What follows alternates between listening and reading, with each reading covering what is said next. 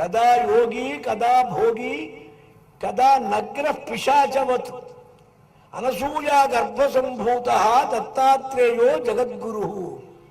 ఒకప్పుడు యోగి, ఒకప్పుడు భోగి, ఒకప్పుడు అనేక రకాలుగా వస్తారు. నమః యాత ఇషు శివతమా శివం బభూవతే ధనుః శివాశరవ్యాయాత భతయానో రుద్రమృడయా యాదే రుద్ర శివా ధనురఘోరా పాపకాశినీ స్తనుభాషంతమయా గిరిశంతాభిజాగసీః యామిషం గిరిశంతహస్తే బిభర్ష్యస్తవే శివాంగిరిత్వదాంగురుమాహి గుంసీః పురుషం జగత్ శివేన వచసా త్వా గిరిశాచ్ఛావదామసి యథా నః సర్వమిజ్జగద యక్ష్మకుం సుమనా అసత్ అధ్యవోచదధిభక్తా ప్రథమో దైవ్యాభిషక్ అహీగుశ్చ సర్వాన్ జంభయన్ సర్వాశ్చ యాతు ధాన్యః అసంయస్తామ్రో అరుణ ఉత బభ్రుః సుమంగళః ये चेमागुं रुद्रा अभितो दिक्षुः श्रिताः सहस्रशो वैशाखुं हेणयीमहे असंयोभसर्पतिनीलग्रीभो विलोहितः उतैनम् गोपा अदृशन्नदृशन्नुदहार्यः उतैनम् विश्वा भूतानि सदृष्टो मृडयादिनः नमो अस्तु नीलग्रीवाय सहस्राक्षाय मीढुषे अधो ये अस्य सत्त्वानो हन्तेभ्यो करन्नमः प्रमञ्जधन्वनस्त्वमभयोरात्मयोर्जाम् याश्च देहस्त इषवः पराता भगवो बपा अवदत्यधनुष्वम् सहस्राक्षसिते शुधे निशील्य शय्यानाम् मुखा शिवो नः सुमना भव विज्यन्धनः कपर्दिनो विशल्यो बाणवागुम्भुता अनेशन्धस्येषव आभुरस्य निषङ्गधिः या देहेतिर्मेढुष्टमहस्ते बभूवते धनुः तयास्मानुष्कतस्त्वमयक्ष्मया परिभुजा नमस्ते अस्त्वायुधायानादताय धृष्णवे उभाभ्यामुदते नमो बाहुभ्याम् तव धन्वने परिते धन्वनो हेतिरस्मान् वृणक्तुभिश्वतः अधो यैषुधिस्तभारे अस्मन्निधेहितम् नमस्ते अस्तु भगवन् विश्वेश्वराय महादेवाय त्र्यम्बकाय त्रिपुरान्तकाय त्रिकाग्निकालाय कालाग्निरुद्राय नीलकण्ठाय मृत्युञ्जयाय सर्वेश्वराय सदाशिवाय श्रीमन्महादेवाय नमः नमो हिरण्यवाहवे सेनान्ये दिशाम् च पतये नमो नमो वृक्षेभ्यः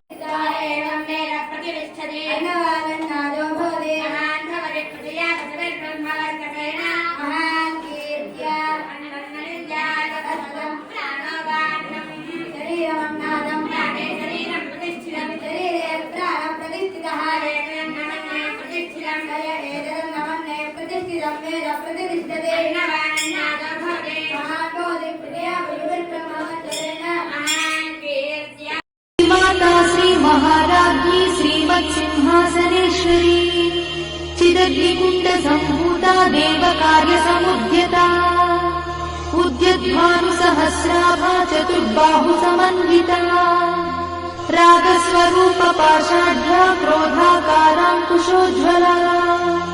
मनोरूपेक्षुकोदण्डा पञ्चतन्मात्रसायका निजागुणप्रभापूरमज्जद्ब्रह्माण्डमण्डला चम्पकाशोकपुन्नागसौगन्धिकलसत्कचा कुरुविन्दमणिश्रेणी कनत्कोटि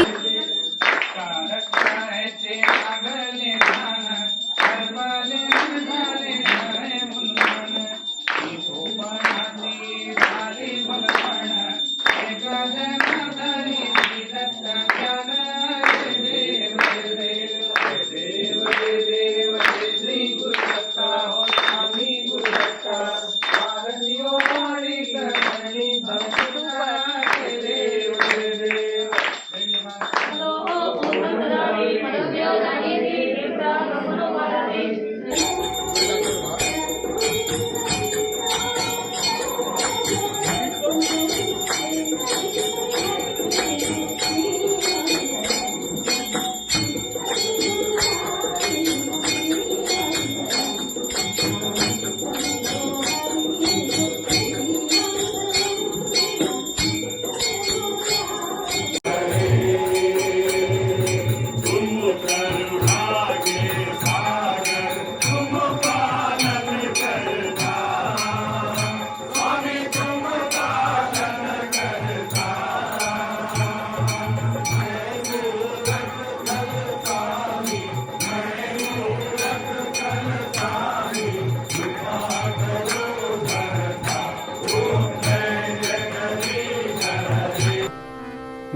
దత్తాత్రేయ త్రిమూర్తిరూప త్రిభువనలోక రక్షక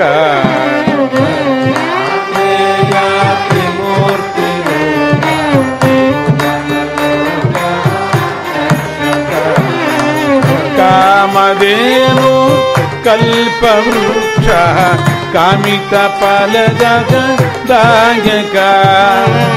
కామధేను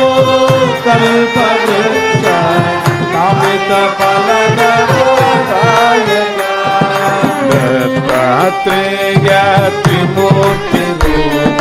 త్రిభువనలోక రక్షక దత్తాత్రేయ త్రిమూర్తి రూప త్రిభువనలోక రక్షక దండక మండల శూలాడమరుగ శంఖ చక్ర శోభిత దండక మండల శూలాడమరుగ శంఖ చక్ర శోభిత ఉత్తమ ఉత్తమ పురుషోత్తమ పూర్ణచంద్రగ ప్రకటిత ఉత్తమ ఉత్తమ పురుషోత్తమ పూర్ణచంద్రగ ప్రకటిత దత్తాత్రేయ త్రిమూర్తి రూప త్రిభువనలోక రక్షక దత్తాత్రేయ త్రిమూర్తి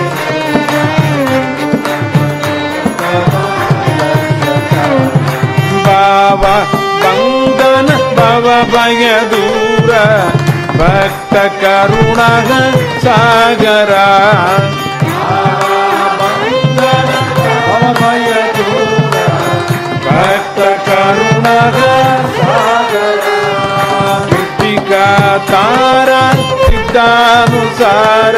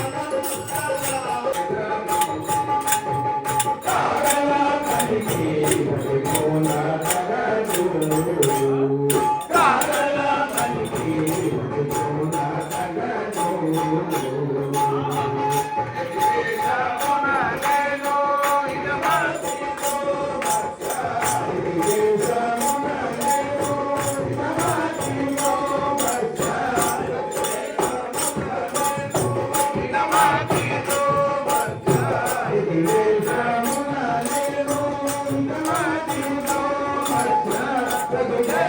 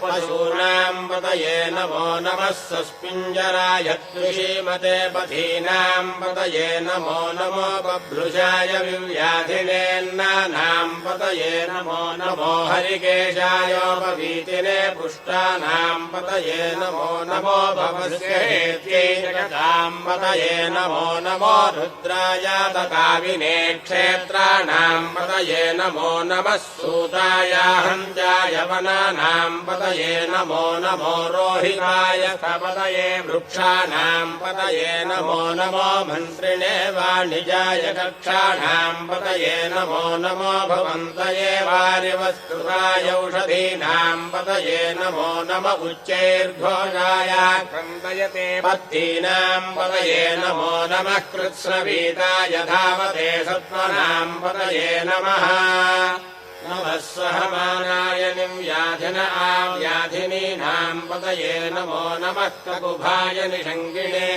सेनानाम् पतये नमो नमो निषङ्गिण युषिवते तस्कराणाम् पतये नमो नमो वञ्चते परिवञ्चते सायूनाम् पतये नमो नमो निजेरवे परिचरायारण्यानाम् पतये नमो नमः श्रुकामिभ्यो जिघागुंसद्भ्योमुष्णदाम् पतये नमो नमो शिवभ्यो नक्तञ्जलभ्यप्रकुन्दानाम् पतये नमो नम उष्णीषिणे गिरिजराय कुलुञ्चानाम् पतये नमो नमः विष्णुभ्यो धन्वामिभ्यश्च वो नमो नम आतन्वानेभ्यः प्रतितधानेभ्यश्च वो नमो नम आयच्छद्भ्यो विसृजभ्यश्च वो नमो नमोऽस्यभ्यो विद्यद्भ्यश्च वो नमो नम आसीनेभ्यश्च यानेभ्यश्च वो नमो नमः स्वपद्भ्यो जाग्रभ्यश्च वो नमो नमस्तिष्ठद्भ्यो धावद्भ्यश्च वो नमो नमः सभाभ्यः सभावदिभ्यश्च वो नमो नमो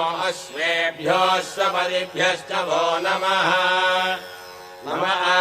आव्याधिनेभ्यो विविध्यन्तेभ्यश्च वो नमो नम उगणाभ्यस्त्रुकुम्भतेभ्यश्च वो नमो नमो वृत्सेभ्यो वृत्सपदिभ्यश्च वो नमो नमो व्रातेभ्यो व्रातपदिभ्यश्च वो नमो नमो गणेभ्यो गणपतिभ्यश्च वो नमो नमो विरूपेभ्यो विश्वरूपेभ्यश्च वो नमो नमो महद्भ्यः क्षुल्लकेभ्यश्च वो नमो नमो रथिभ्यो रथेभ्यश्च वो नमो नमो रथेभ्यो रथपतिभ्यश्च वो नमो नमः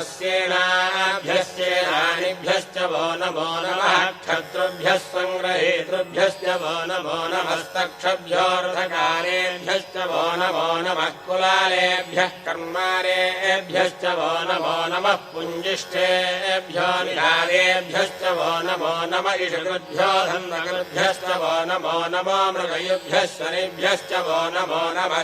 पदेभ्यश्च वो नमः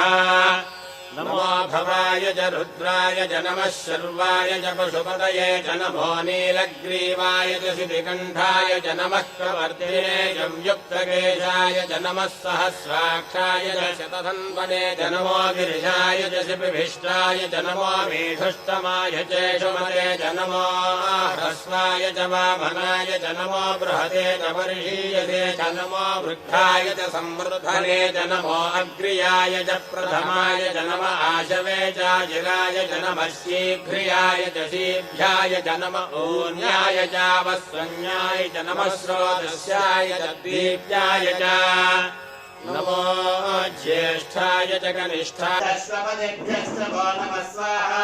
ॐ नमो भवाय च रुद्राय च स्वाहा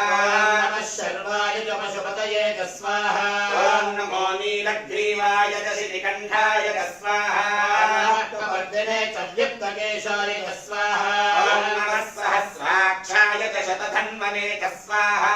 नमो गिरिशाय च शतविष्टाय च स्वाहा ॐ नमो मेढुष्टमाय चेषुपते च स्वाहा नमो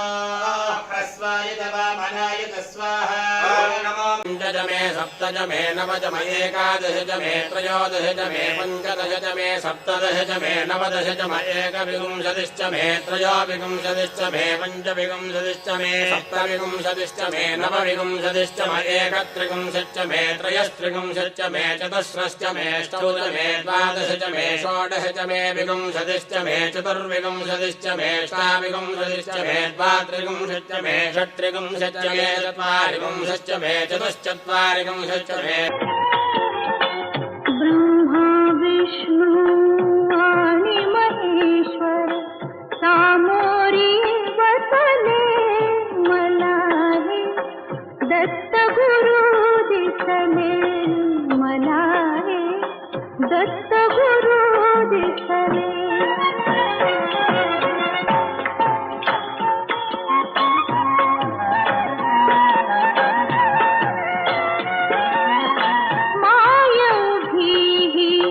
गाय होऊनी पुढे वासरू पाहे वळूनी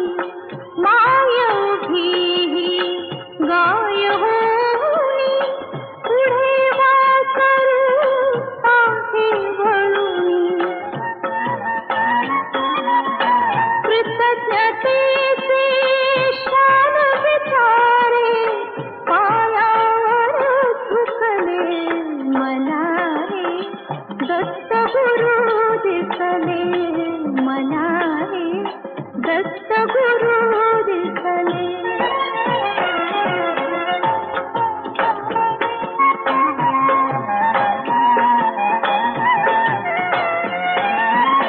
चरण शुभंकर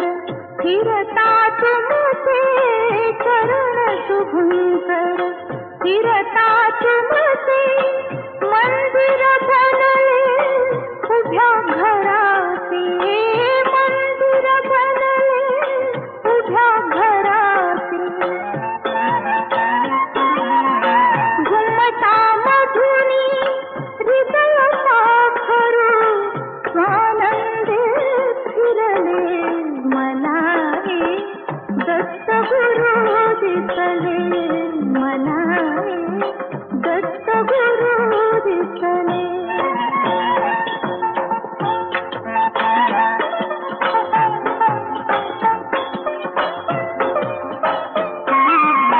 तुम्ही सकेली सारी किमया कृतार्थ झाली माझी काया तुम्ही सकेली सारी किमया कृतार्थ झाली माझी काया तुमच्या हाती माझ्या भवती औदुंबर बसले